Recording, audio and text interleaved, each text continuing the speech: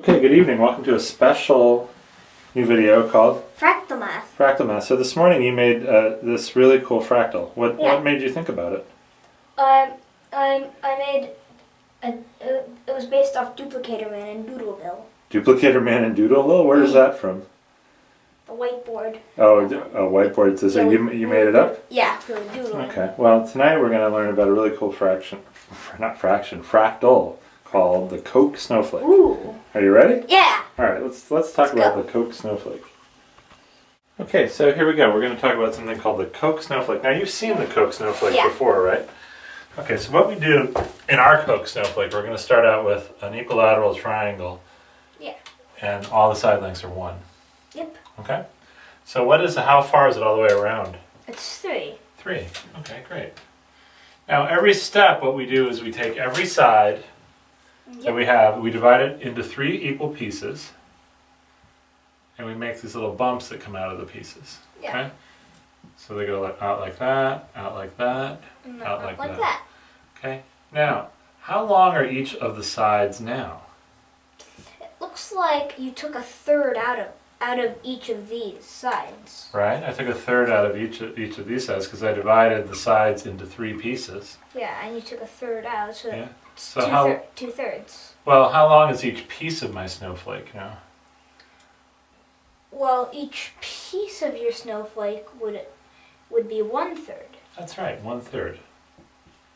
Each piece is 1/3 because I divided it into thirds and then I made a little bump out that was an equilateral triangle. Yeah. Okay. So how far is it around my triangle now? Or not my triangle, my little shape I have now. How far is it around? Well, I think it's still the same because this is one side, that's another side, and that's that. But you're adding the bumps. Yeah. So we got to figure out how far it is. So, you have these, except I think you're adding. I think it's 4. I think it's 4. Okay. How did you figure that out? Because there's 2 of these, so that makes 6. It's 6. And that's 3, so that's 2. So then each of these are 2/3, and you add them together, you get 6/3, and that's 2. Okay. Yeah. So how far is it all the way around? It's 4. 4. Okay. So let's talk about how you get that. You got it in a pretty neat way by adding how long the bumps were. Yeah. Each one is 2/3. Yeah. And there's 3 of them. So the bumps have a total length of 6/3. Right, 6/3, which is equal to? Which is equal to 2. 2. And then these bumps are the same. have the length of 2/3 also, and there's 3 of them, so that's another 2, so I get 4. So step 2, my perimeter is 4. Okay, the other way we could have said is each side is now 1/3, 2/3, 3/3, 4. 4/3. And then 4/3 times 3, which is 4. Yeah, all right, awesome. Now we're going to go to step 3. Okay, so we're going to divide each of these bits into 3 equal pieces. So how long is each bit going to be now? So you have to make each of these step 1. So you make another triangle. Right, I divide each of them into thirds. Right? So how long is each little bit now? Well, that's going to be 1/3 of 1/3, which is 1/9. Good job. And this time, can you figure out how far it is all the way around?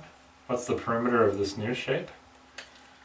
Well, you could figure out how many 9ths there are on each side and multiply that by 3. There's 1. Okay, go ahead, count them. 5, 6, 7, 8, 9, 10, 11, 12, 16. So 16 ninths.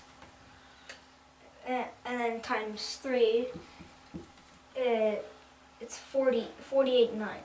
48 ninths. Okay, does this simplify to be something a little easier than 48 ninths? Well,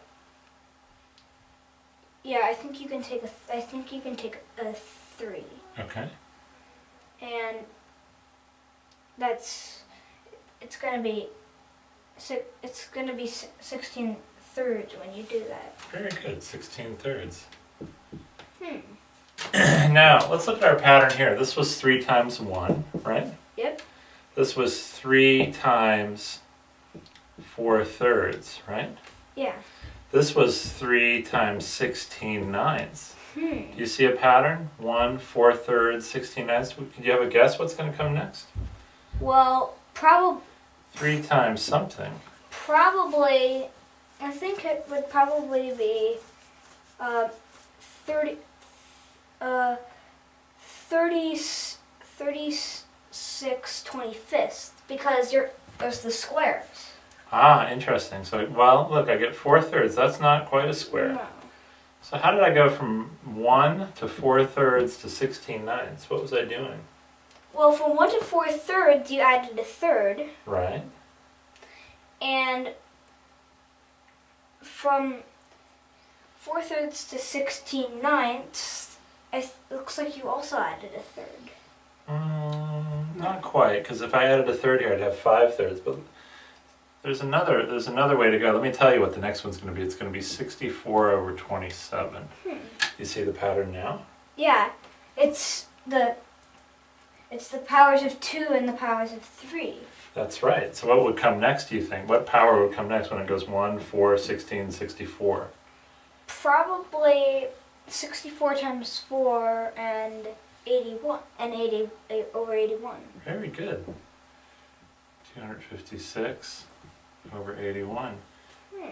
And you know what's interesting? So step 4, we're going to get 3 times 64 over 27. Step 5, we're going to get 3 times 256 over 81. Whoa.